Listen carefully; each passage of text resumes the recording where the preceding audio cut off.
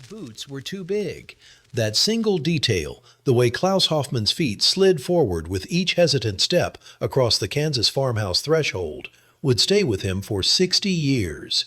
Behind him lay the Atlantic crossing in the cargo hold of a Liberty ship, the sun-scorched defeat at Tunisia, and every word Joseph Goebbels had ever screamed from a radio about American savagery.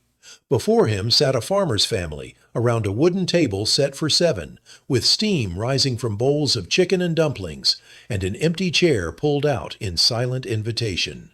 What unfolded in American prison camps between 1943 and 1946 wasn't merely detention. It was a vast, unintentional experiment in whether decency could survive the machinery of total war, whether ordinary gestures could shatter ideological walls built by years of propaganda, and whether former enemies could recognize each other's humanity across barbed wire and incomprehensible cultural divides. The Crossing, Terror Wrapped in Iron. May 15, 1943. The USS General William Mitchell pitched through gray Atlantic swells, its holds packed with 2,300 German prisoners freshly captured in North Africa. In the darkness below deck, 22-year-old Obergefreiter Klaus Hoffmann pressed his shoulders against the cold steel bulkhead and tried to remember his mother's face. The propaganda had been specific. American prison camps were death factories where German soldiers would be worked until their hands bled, starved until their ribs showed like fence posts, executed if they resisted.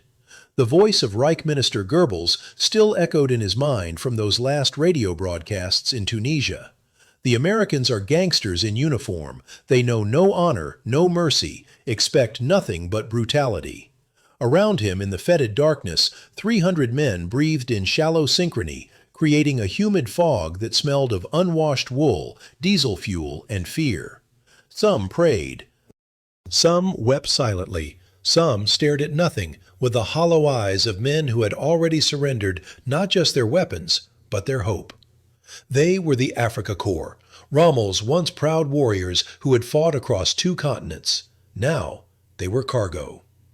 Heinrich Bauer, a former schoolteacher from Stuttgart, had spent the crossing calculating survival strategies.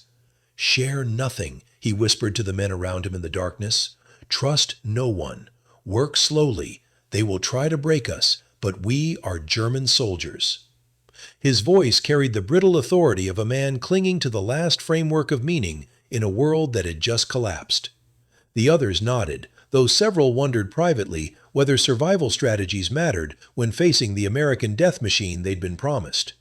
What none of them knew, what they couldn't have imagined as the transport ship cut through the dark water, was that America was facing a crisis that would accidentally save them. The nation's young men were overseas fighting, and the domestic workforce had hemorrhaged. Farms across the Midwest were facing catastrophic labor shortages. Crops rotted in fields. Dairy herds needed milking. The harvest of 1943 threatened to fail not from drought or pestilence, but from the simple absence of human hands. The U.S. War Department had made a calculation that would have seemed impossible to the terrified men below deck. German prisoners of war would be used to fill the labor gap. But the decision came with an unexpected philosophical foundation. America had signed the Geneva Convention.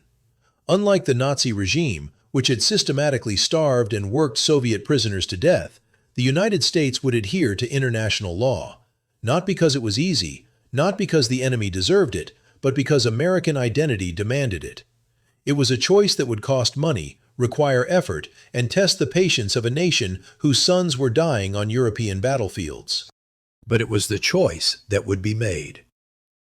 When the transport ship finally docked at Norfolk Naval Base on May 23rd, the prisoners were herded onto American soil for the first time. Klaus Hoffmann's legs trembled, whether from 9 days at sea or from terror, he couldn't say. The May sun was bright and hot, nothing like the spring sunshine of Bavaria.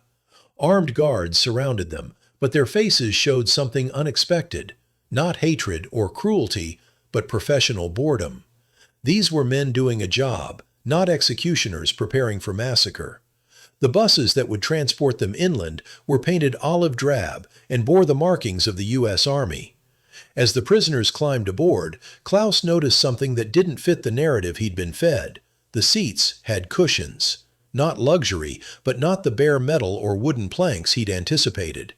Through the windows, as they drove west, the prisoners caught glimpses of an America they'd never imagined. Houses with fresh paint, cars on highways, shops with goods visible in windows, fields green with crops, the architecture of abundance. Propaganda, Heinrich Bauer muttered, though his voice lacked conviction. They're showing us the wealthy areas. The real America must be different. But the real America kept appearing, mile after mile. Small towns with white churches, grain silos rising like monuments to agricultural surplus, children playing in yards, waving at the passing convoy with innocent curiosity rather than hatred. The cognitive dissonance was profound. One by one, men stopped looking out the windows, unable to reconcile what they were seeing with what they'd been taught to believe. Behind the wire, the architecture of unexpected decency. Camp Concordia in Kansas sprawled across 40 acres of flat prairie land, its perimeter marked by double fencing and guard towers. When the first wave of prisoners arrived in June 1943, they stepped off buses expecting concentration camp conditions. What they found instead would begin the slow, painful erosion of everything they thought they knew about their enemy. The barracks were wooden structures, simple but solid, with real beds, not bunks stacked 4 high, but individual cots with mattresses and blankets. Each building had heating stoves for winter, screened windows for summer, and electric lighting. The latrine facilities were clean, with running water and adequate sewage systems. This wasn't luxury, but it was dignified functionality. It was more than many of these men had experienced during their final months fighting in North Africa. But the real shock came at mealtime. The mess hall at Camp Concordia could seat 500 men at once. On that first evening, as the prisoners filed in with their metal trays, they were served portions that seemed impossible. Meatloaf, mashed potatoes with gravy, green beans, bread with butter, and apple pie. Klaus Hoffmann stared at his tray as if it might be poisoned. Around him, men stood frozen, unable to process what they were seeing. "It's a trick," someone whispered. "They fatten us up before the slaughter." But the guards were eating the same food in their own mess area, visible through an open doorway. The same portions, the same menu. This wasn't special treatment for propaganda purposes. This was the standard ration for American military personnel. And the Geneva Convention required that prisoners of war receive the same food as the captor nation's forces. Slowly, tentatively, the prisoners began to eat. The food was real. The portions were substantial. For men who had survived on hardtack and thin soup for months, who had watched comrades die of dysentery and malnutrition in North Africa, this meal was a form of cognitive warfare more effective than any propaganda broadcast. It announced, with undeniable material reality, that they had been lied to about everything. Sergeant Werner Krauss, a veteran of the Poland and France campaigns before Africa, ate mechanically while his worldview cracked like drought-stricken earth. He had been a loyal party member since 1938. He had believed in the Führer's vision of a racially purified Europe, in the natural superiority of Germanic peoples, in the degeneracy and weakness of American mongrel culture. The food on his tray mocked every assumption. How could a weak, decadent society produce such abundance? How could a mongrel culture demonstrate such organizational capacity? The questions had no answers that fit his previous framework. Over the following weeks, the architecture of camp life continued to destabilize Nazi indoctrination through sheer, mundane contradictions. The prisoners were allowed to write letters home, 1 per week, censored but permitted. They received packages from the International Red Cross. They had access to a library stocked with books in German, classics of literature, technical manuals, even some current newspapers, heavily censored for military information. Musical instruments were provided for those who wanted them. The camp organized sports leagues, soccer matches between barracks, volleyball tournaments, boxing clubs. This was psychological manipulation of the subtlest kind, though it wasn't intentional manipulation at all. America wasn't trying to convert these men ideologically. It was simply following its own rules, maintaining its own standards, being itself. But for prisoners who had been taught that Americans were subhuman gangsters, every decent gesture, every adherence to protocol, every demonstration of organizational competence was a hammer blow to their indoctrination. The camp library became an unexpected battlefield of ideas. Prisoners who had been forbidden from reading degenerate literature under Nazi rule discovered American authors for the first time: Mark Twain, Ernest Hemingway, John Steinbeck. Some rejected these works as enemy propaganda. Others read in secret, late at night by dim bulb light, and felt something shift in their understanding. The American literary tradition was supposed to be crude and unsophisticated compared to German high culture. But the Grapes of Wrath spoke to human suffering with a power that transcended nationality. A Farewell to Arms understood the waste of war with devastating clarity. Music created another crack in the ideological wall. The camp's German band, staffed with former military musicians, was allowed to perform weekly concerts. They played Beethoven, Brahms, Wagner. The American guards attended these concerts, sitting quietly, appreciating the music of what they'd been told was the enemy culture. This simple act of cross-cultural appreciation demonstrated something profound. Americans didn't hate German culture or German people, they hated Nazism. The distinction mattered enormously. By autumn of 1943, Camp Concordia housed over 3,000 German prisoners, and the psychology of captivity had evolved into something unexpected. The initial terror had faded, replaced by a confused adjustment. These men were still prisoners, still separated from their families, still powerless and defeated. But they were not being tortured. They were not starving. They were not being worked to death. The contrast between expectation and reality created a cognitive space where new thoughts could grow. The Harvest: Enemy Hands in American Fields. The transformation accelerated when prisoners began working on local farms. Due to the critical labor shortage, the War Department authorized a work release program in autumn of 1943.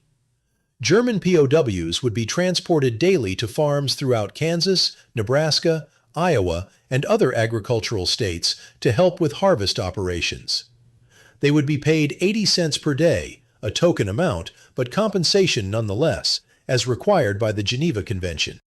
For the farm families of the American Midwest, this arrangement created profound psychological complexity. Many had sons, brothers, or husbands fighting in Europe, facing German guns. The idea of feeding the enemy, of treating Nazi soldiers with courtesy, of paying them for work, it violated every instinct for vengeance. Yet the alternative was watching crops rot while young Americans died overseas. Pragmatism and principle collided on kitchen tables across the heartland. October 11, 1943. Klaus Hoffmann climbed out of an Army transport truck at a farm 3 miles outside Junction City, Kansas. His hands were shaking. He had spent the entire ride certain that this was where the facade would drop, where the real American cruelty would be revealed. On isolated farms, away from official oversight, who would prevent atrocities? The truck departed, leaving Klaus and 5 other prisoners under the supervision of a single unarmed guard and the farmer himself, Thomas McCarthy, a man in his early 50s with weathered skin and careful eyes. McCarthy spoke no German. Klaus spoke perhaps 30 words of English. The guard, a corporal from Minnesota, served as reluctant translator. "Mr. McCarthy says you'll be picking corn today," the corporal explained. "He'll show you how to operate the picker. He expects you to work hard, but he won't tolerate any damage to the equipment." Klaus nodded, expecting the work to be brutal, the supervision harsh. Instead, McCarthy demonstrated the corn picker's operation with the patience of a man training an employee, not punishing a prisoner. He showed them where to load the harvested ears, how to recognize and avoid damaged stalks, when to signal for the equipment to be emptied.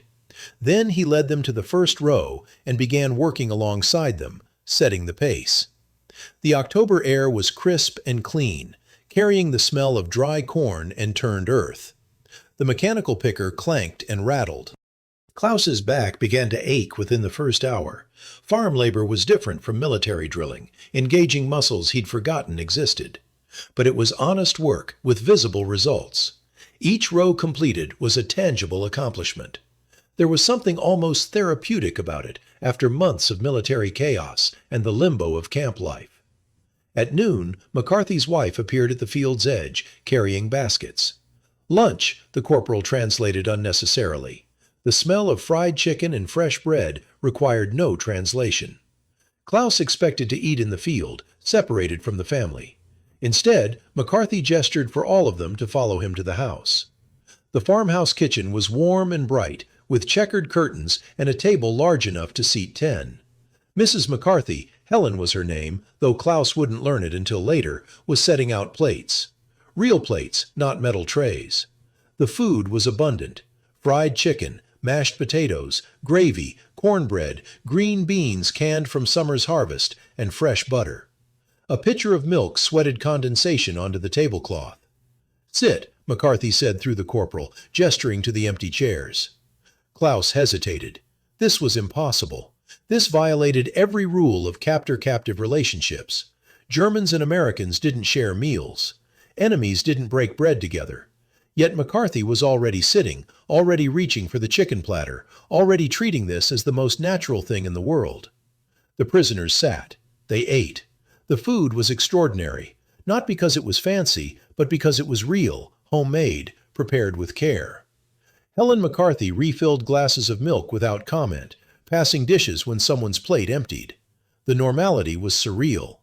Across the table, McCarthy's younger daughter, perhaps 9 years old, with braided hair and curious eyes, stared at Klaus with undisguised interest.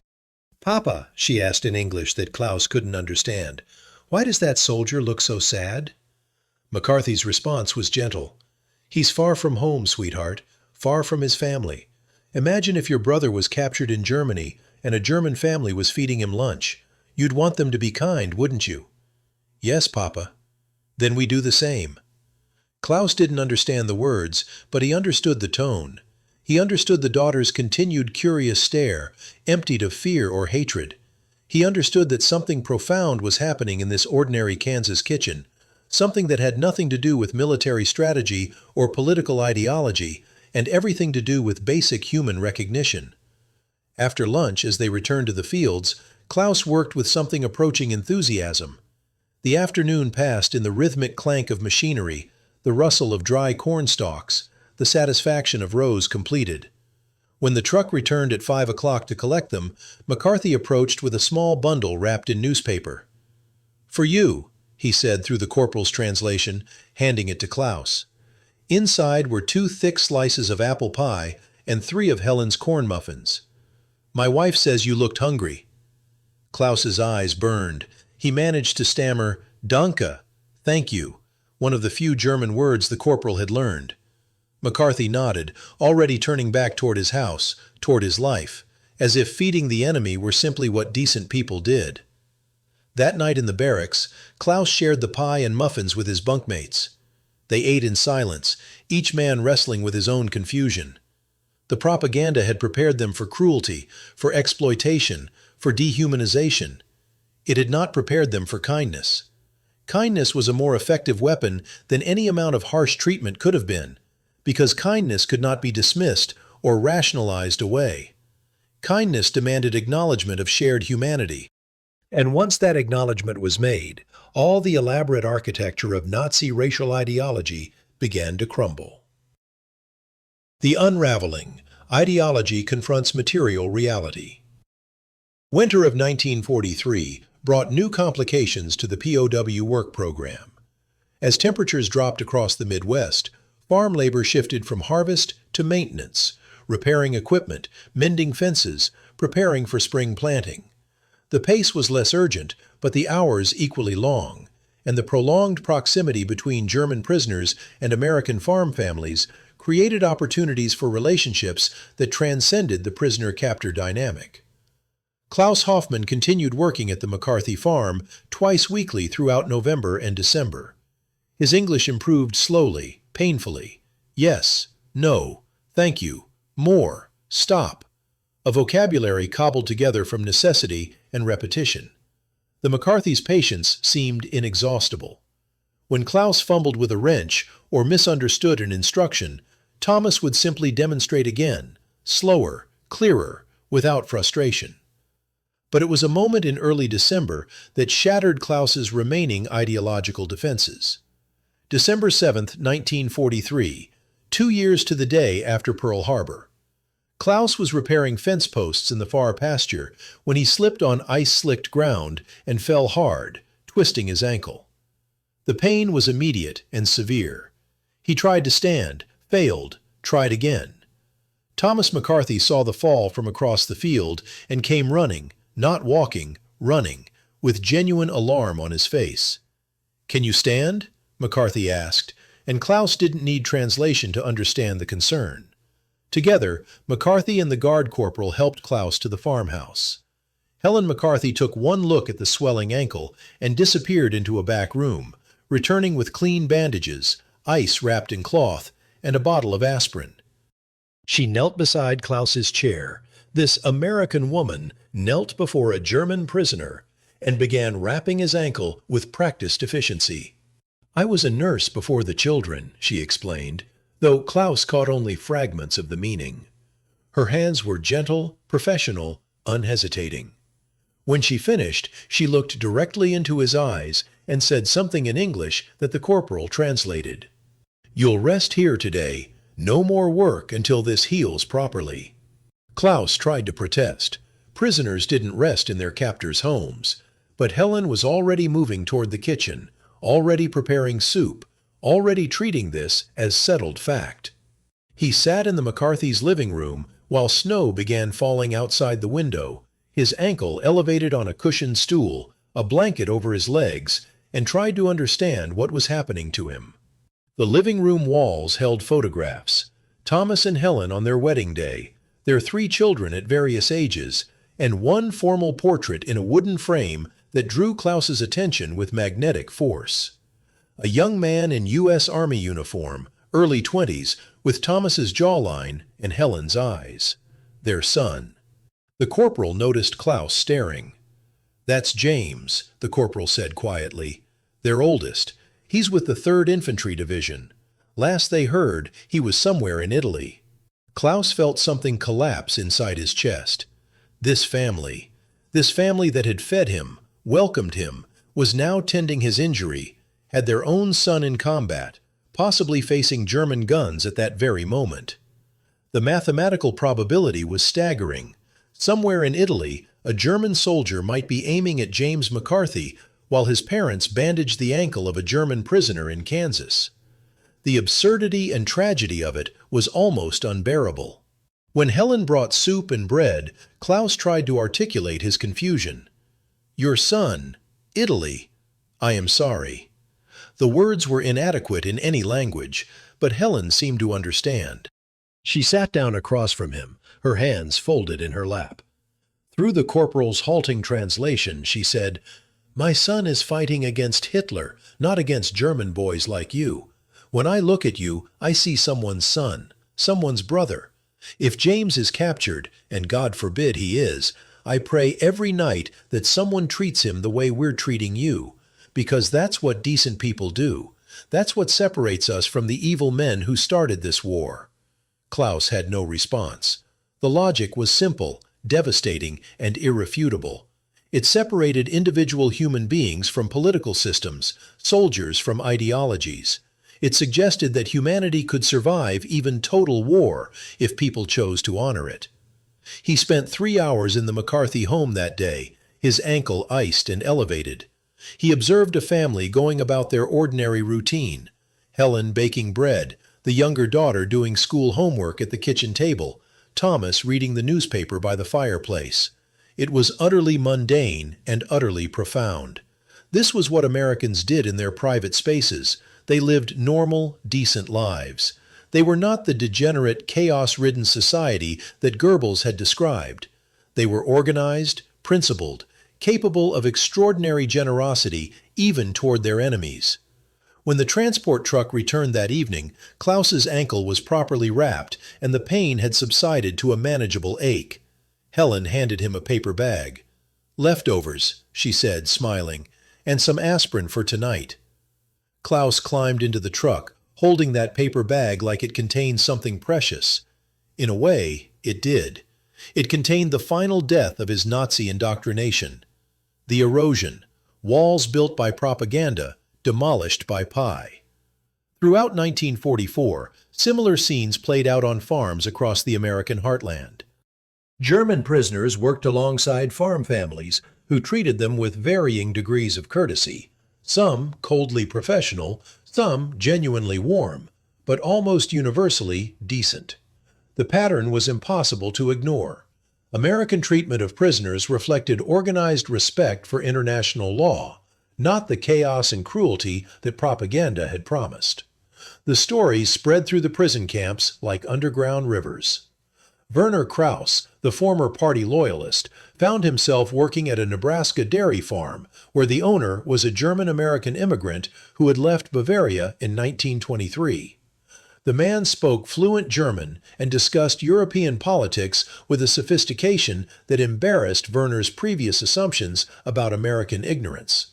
When Werner tried to defend Hitler's early achievements, the economic recovery, the restoration of German pride, the farmer demolished his arguments with detailed historical knowledge and personal experience. "I left because I saw where this was heading," the farmer said. "I saw the violence against Jews, against socialists, against anyone who disagreed. I saw the rallies where people surrendered their critical thinking to group ecstasy.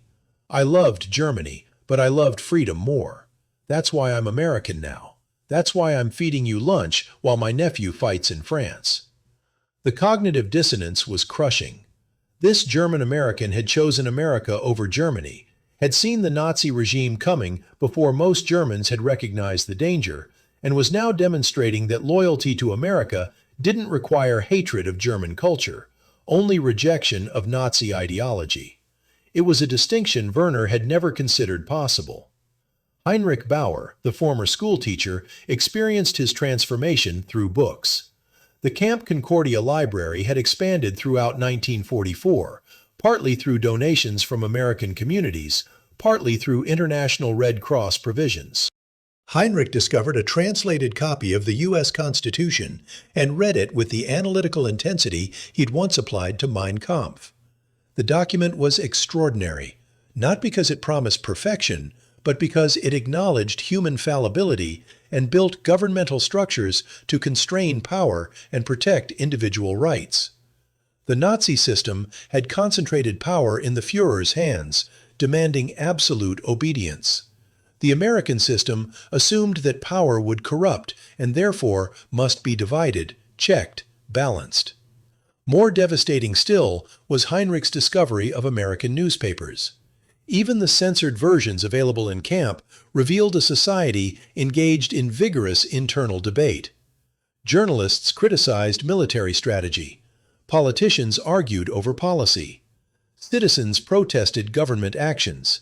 This was the chaos that Goebbels had mocked, but Heinrich began to recognize it as something else entirely: the messy, vital, essential process of democratic self-governance. "They're allowed to disagree," he said to Werner one evening in the barracks, his voice carrying wonder and confusion. "Americans can criticize their own government during wartime, and they're not arrested or shot. The newspapers publish opposing viewpoints side by side. How does their society function if they permit such disagreement?" Werner had no answer. Neither did any of the other men. But the question itself was revolutionary. It suggested that Nazi assumptions about the necessity of authoritarian control might be fundamentally wrong. It suggested that a society could be both free and strong, both diverse and unified. It suggested that everything they'd been taught about the incompatibility of liberty and order was a lie designed to justify dictatorship. By summer of 1944, as Allied forces landed in Normandy and began the liberation of Western Europe, the psychological transformation of German POWs in America had reached critical mass. The men gathered around radios, allowed remarkably to listen to war news, and heard of German defeats with complex emotions. Pride in their comrades' continued fighting mixed with growing doubt about the regime they'd served. Relief that the war might soon end mixed with grief for the destruction of their homeland. Hope for Germany's future mixed with recognition that the Nazi experiment had led to catastrophe. Klaus Hoffmann listened to news of the Normandy invasion while sitting on his bunk at Camp Concordia, his mind traveling between Kansas and Bavaria. His mother was somewhere in that chaos, possibly in the path of advancing armies, possibly already dead. His father had died at Stalingrad.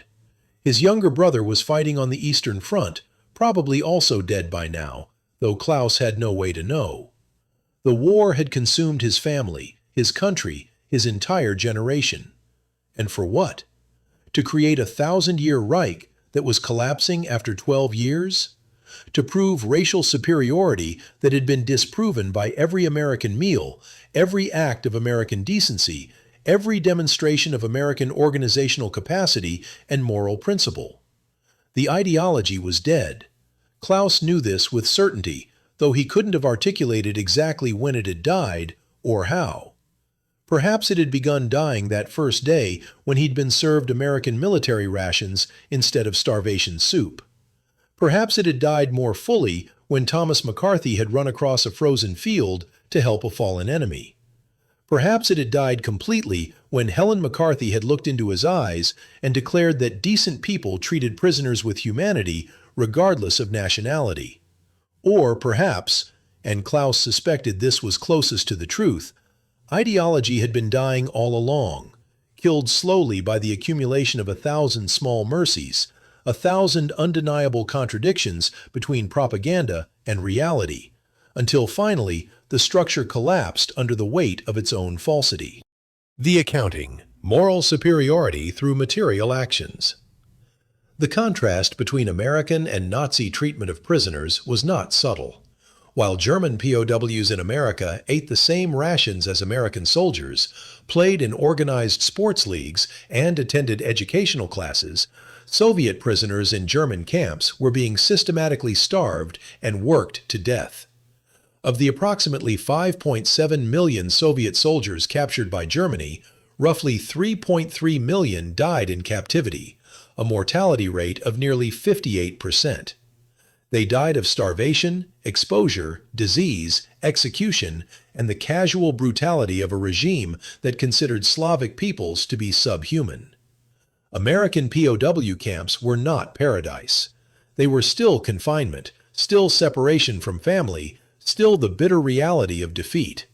Men still suffered from depression, homesickness, and the psychological trauma of combat and captivity.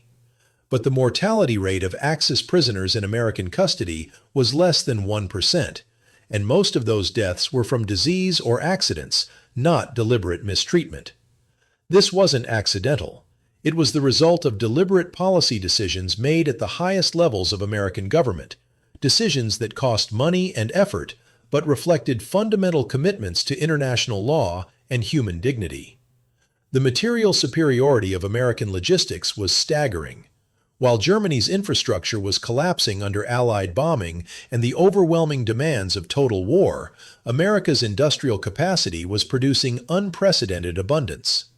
In 1944 alone, the United States manufactured approximately 96,000 aircraft, 40,000 tanks, and 17 million tons of shipping.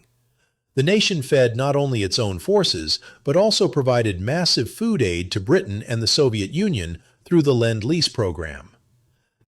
And still, there was enough surplus to feed hundreds of thousands of enemy prisoners according to Geneva Convention standards.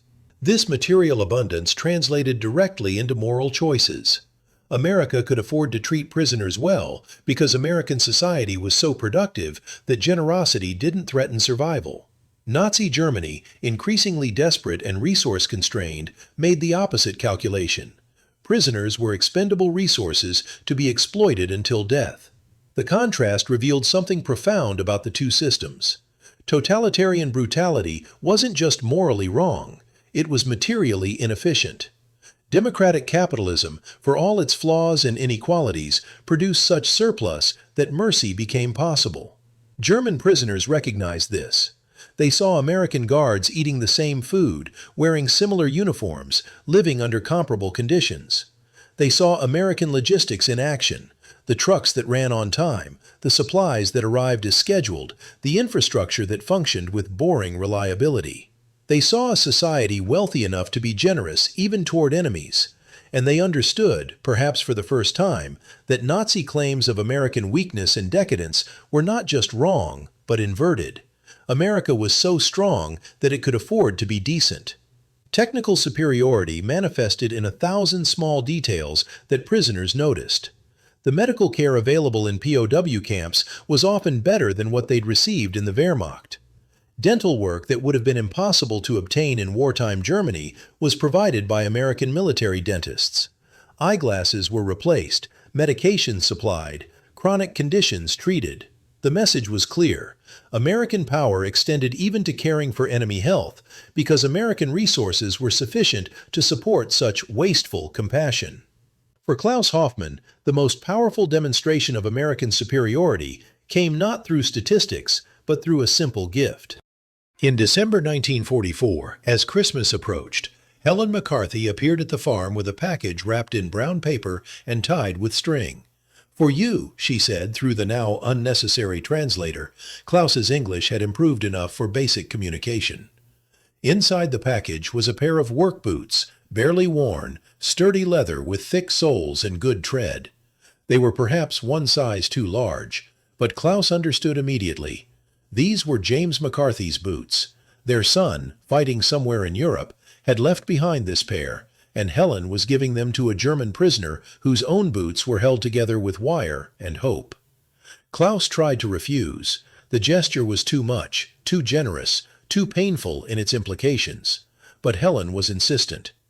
"James would want you to have them," she said. "He'd want someone to be warm this winter. And maybe, God willing, when this terrible war ends, someone over there will show him the same kindness." Klaus accepted the boots. He wore them for the remaining months of his captivity and for years afterward in Germany, long after the war ended and he'd returned home to find Bavaria in ruins and his family reduced to his mother and one surviving sister. He wore them until the leather finally fell apart in 1951, and even then he kept the remains in a box because they represented something too important to discard. Proof that humanity could survive war, that ordinary people could choose decency over vengeance, that the enemy was also someone's son. The Reckoning. War ends, but transformation continues. May 8, 1945. Germany surrendered unconditionally. The war in Europe was over. For the German prisoners in American camps, the news triggered complex cascades of emotion. Relief that the killing had stopped, grief for the devastation of their homeland, anxiety about what came next, and, for many, a strange reluctance to leave the safety of American captivity. The repatriation process would take more than 2 years. America couldn't simply send hundreds of thousands of prisoners back to a Germany that had been bombed into rubble, its infrastructure destroyed, its economy collapsed, its population starving. The logistics were impossible, and moreover, there was nowhere to send them. The country they'd left no longer existed except as occupied zones administered by Allied military governments. So the prisoners remained in American camps through 1945, through 1946, through 1947, working on farms, learning English, adjusting to the knowledge that the world they'd known was gone. Klaus Hoffmann spent Victory in Europe Day working at the McCarthy farm, planting corn in the spring fields. Thomas McCarthy said nothing about the German surrender, simply handed Klaus a seed bag and pointed to the next row. The work continued because fields don't care about politics, and corn needs planting in May regardless of which nations have surrendered. At lunch, Helen served pot roast and asked Klaus about his mother. He'd finally received a letter, delayed 9 months in the chaos of war, confirming she was alive in the rubble of Munich. "Then you'll go home to her when they release you," Helen said. It was statement and question together. Klaus nodded, though the thought filled him with dread. Home to what? To a destroyed city, a shattered economy, a population traumatized and defeated. What future existed in Germany for a former soldier of a regime that had brought apocalypse to Europe? "You'll rebuild," Thomas said with quiet confidence. "Germans are hard workers.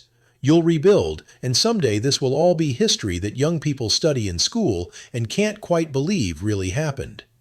The statement was impossibly optimistic given the present reality, but Thomas delivered it with the matter-of-fact certainty of a farmer predicting the harvest. Things die, things grow, cycles continue.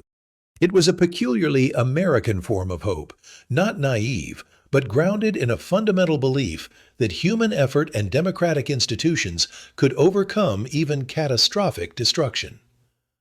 Werner Krauss spent the final months of his captivity working at the Nebraska dairy farm, where the German-American owner had become something between employer and mentor.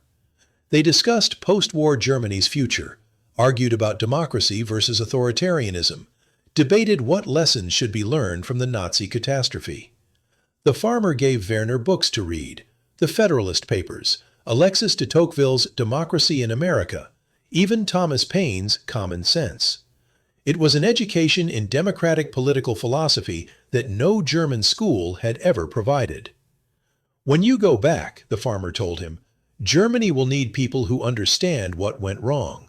Not just, Hitler was bad. Every German will know that by then. You need to understand why democracy matters, why individual rights matter, why power must be divided and limited. Germany tried authoritarianism, and it led to apocalypse.